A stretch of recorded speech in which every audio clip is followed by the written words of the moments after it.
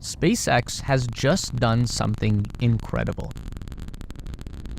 We are looking at the greatest accomplishment of science and engineering since men first set foot on the moon. But what we've seen so far is only just scratching the surface of what Starship is really capable of, or should be capable of if this rocket is going to deliver on Elon Musk's grand vision, an interplanetary transport system that will build a city on Mars. And while Elon always likes to make it sound like going to Mars is just the next big thing, he's often a little short with details on how exactly that's going to get done. So we know where we stand today, and we know where we're trying to go in the future. Now, what has to happen in between to make that possible? You see, every time that SpaceX has launched Starship, they have achieved a historic milestone. Even that time that Starship blasted a giant crater into the Earth, then spun around for 2 minutes and blew up, that was still the most powerful rocket to ever lift off. And in order to continue developing Starship towards Elon's ultimate goal, SpaceX is going to need to keep that trend alive with many, many more unprecedented, improbable, history-making successes to come. We can simplify this a little bit by breaking the process down into 3 milestones: orbit, moon, and Mars. While SpaceX has technically been conducting orbital test flights of Starship over the past year, the ship itself has yet to truly orbit the Earth, which can sound a little confusing. So here's the deal. The Starship is gigantic. It's the single largest object ever put into space by a pretty wide margin, and that makes it almost equally as dangerous if it were to go one step further and achieve orbital velocity. When you orbit the Earth, you're essentially in a constant state of freefall, but you're moving forward at such a high speed that you actually fall around the curvature of the planet. Still confusing, I know. Think about throwing a baseball. The harder you throw the ball, the further it will travel before it gets pulled down into the gravity of the Earth. Now imagine that you could throw a baseball so hard that it could travel for 100 miles before gravity pulled it down. Now something interesting starts to happen. The Earth itself will actually curve down and away from the ball, allowing it to travel even further before eventually hitting the ground. The ball is still falling down, but the ground keeps moving further away. Now imagine you could throw that ball hard enough to travel such a long distance, the Earth just keeps on curving away and giving the ball more and more room to fall until it eventually comes all the way around and hits you in the back of the head. That is orbit. So what SpaceX has been doing with Starship is getting it up to a speed where it can travel most of the way around the Earth, but it's still moving slow enough that the ground will eventually catch up to it. Here's the reason why they do this. It means that even if every system on the Starship fails, it will inevitably fall back down to Earth, and that fall will happen in a very predictable location, which in this case is the middle of the Indian Ocean, a giant, empty void where no one is going to be around to get hurt. Now, if Starship were to travel just a little bit faster, it would reach orbital velocity, which is that state of constant freefall around the curvature of the Earth. Now, in the vacuum of space, there's not really anything that's going to slow you down, so once you achieve orbit, you're up there for the long haul. That's how satellites work. So imagine the Starship vehicle achieves orbital velocity, and then it experiences a total system failure. Now we've got this massive steel structure spinning around the Earth and totally out of control. That is not good. And over a period of time, even the very thin amount of atmosphere up there will begin to slow that Starship back down, and it will inevitably fall into the gravity of the Earth. This happens all the time. Spent rocket stages, old satellites, bits of space junk, they fall down and re-enter the atmosphere. And with these smaller objects, they mostly just burn up and disintegrate as they move through this process. Occasionally, you'll get a little bit of material that reaches the surface. There's been a few North American farmers who have discovered pieces of SpaceX metal in their cow fields, but the impact is minimal. Now imagine the same thing happening with a Starship. There is going to be more than just a few chunks of metal hitting the surface. All that to say, achieving a full orbit is going to be another major milestone for Starship that is coming very soon. It's not as exciting as catching a rocket with a giant robot tower, but it will involve getting the ship up to a higher velocity than ever before and performing a controlled deorbit burn to slow it back down for a safe return to Earth. That is the real orbital test flight. And once SpaceX is able to do that, then the next milestone becomes successfully deploying a payload into orbit. And this is one where Elon definitely makes it sound way too easy.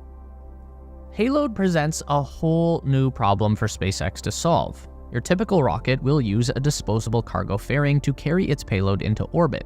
The nose cone of the rocket is just two halves of clamshell design that simply fall away when the upper stage clears the atmosphere. So, to deploy the final payload, the remaining segment of the rocket just kind of lets go and the two float away from each other. Starship does not work like that.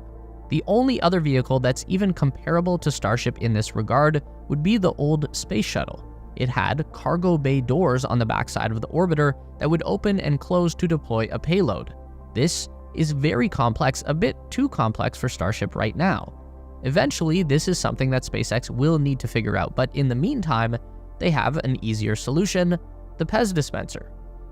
So instead of opening a giant cargo bay door, Starship is going to open just one small slot on the backside of the vehicle. The reason that SpaceX is able to get away with this is because they know exactly the payload that the first Starships will be deploying into orbit: Starlink. Each Starlink satellite is designed to be long, wide, and thin, so the payload slot on Starship only needs to be big enough to dispense these Starlinks one at a time, like a Pez candy. The internal mechanism is pretty simple. Just like the candy dispenser, it launches each Starlink out while simultaneously pushing the next satellite into position. If Starship can manage to reach orbit with a payload full of satellites, then we can move forward to the next big milestone, which is orbital propellant transfer. Again, Musk would tell you this is actually the easiest part. On the one hand, this is a pretty simple concept, but on the other, it's something that's never been done before, and that should tell you something. Two Starships need to be deployed into orbit, one of them carrying a payload of rocket fuel, specifically liquefied oxygen, and some liquefied methane as well. The two will then meet up and dock with each other in a back-to-back configuration. The ship with the propellant on board will then transfer that payload through the docking point into the fuel tanks of the second ship. The refilling session will give the Starship more energy that it can burn to reach an even faster orbital velocity and in turn rise higher above the Earth. Now, docking two spacecraft together in orbit has been done on a relatively frequent basis since the mid-1960s. Back in the old days, this was done manually by pilots lining everything up with their eye. In the modern day, we've transitioned this job over to automated systems, but even that is a pretty recent development. Just 5 years ago, the SpaceX Dragon spacecraft would pull up to the ISS in a position that was very close, but not close enough to dock. Then it would be grabbed by the Canada arm and robotically berthed to the station's docking port. Currently, when the SpaceX Dragon travels to the ISS, the two spacecraft systems will talk to each other and figure out a way to line everything up. Even though the hardware and software on Dragon is totally different from what's used on the space station, they can still perform this very high-precision maneuver. Now, in Elon's mind, if a SpaceX vehicle can successfully dock with a NASA vehicle, then it should be relatively easy for a SpaceX vehicle to dock with another SpaceX vehicle. But this has yet to be proven, and it's also worth considering that fitting two human-sized docking ports together might be easier than aligning two fuel pipes that barely stick up from the back of the rocket. You're basically crashing two Starships into each other just at a very slow speed, hopefully. Now, if the orbital docking and refilling can be mastered, then we're finally ready to move into the next major phase of Starship development: the Moon. With freshly refilled propellant tanks, the Starship can refire its main engines and rise higher above the Earth, getting so high that it will eventually reach the Moon. But Starship isn't going there for fun. SpaceX has made a historical commitment to NASA that Starship will be the first vehicle in over 5 decades to deliver people to the surface of the Moon. So, here's what that looks like. A lunar variant of the Starship is going to be built that removes the wings, the heat shield, and adds a set of landing legs. Then it travels to orbit, docks with a propellant depot in orbit, and refills for its trip to the Moon. Now, getting to the Moon is the easy part. Landing on the Moon will be considerably more difficult. We have seen the way that Starship lands on the Earth. It comes down into the atmosphere at around a 45-degree angle, kicks up a ton of fire, and slows down to a relatively low velocity thanks to resistance from the air. Then the Starship angles over even more to a 90-degree belly flop maneuver that maximizes drag for the last few kilometers of the fall, and then there's a dramatic landing burn where the ship's 3 smaller engines relight and flip the whole thing into a vertical orientation where it slowly descends down into a landing. That won't work on the moon. It has no atmosphere, there's no drag. Hence, the lunar Starship has no use for wings or a heat shield. So what SpaceX needs to do is relearn how to land their giant vehicle in a totally new environment. What's the worst that could happen? Many have tried and failed to land on the moon. Even in recent years, with the most advanced computer and AI technology, this is no easy task. And that's why the first time that Starship attempts its moon landing, there won't be any people on board. Now, this is a huge milestone, and it's one that SpaceX needs to reach as fast as possible. The crewed Artemis moon landing is currently on the schedule for 2026. We all know that is not going to happen, but that doesn't take any of the pressure off because China is gearing up for their own crewed lunar landing, and the last thing that the Americans want to do is lose a new space race to the Chinese. So, assuming the test landing goes well, then Starship immediately goes into preparation for the main event, Artemis 3, NASA's return to the surface of the moon. Everything that Starship has achieved up until this point has been historic, but that all pales in comparison to the global and cultural significance of the crewed lunar landing. Now, let's say that theoretically, all of this landing on the moon stuff goes smoothly. That only opens up an even bigger and more challenging third phase for Starship: Mars. This is what the Starship was built for. None of what we just said would be happening if not for Elon Musk's original goal of sending large quantities of people and supplies to the Red Planet and establishing a permanent, self-sufficient outpost there.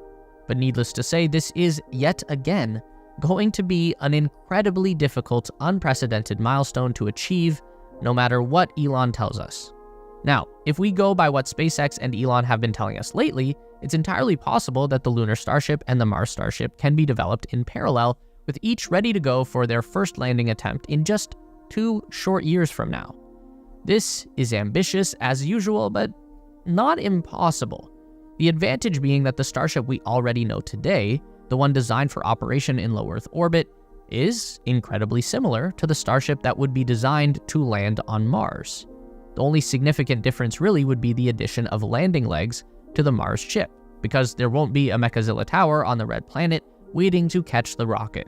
So when you look at it that way, making an attempt at landing on Mars is not that difficult. After the orbital refilling is complete, the Starship with legs would set course for Mars and see what happens. Most likely what happens will be an epic crash landing on the Red Planet, and that's fine. That's how SpaceX develops their technology. They try, they fail, they learn, and they try again.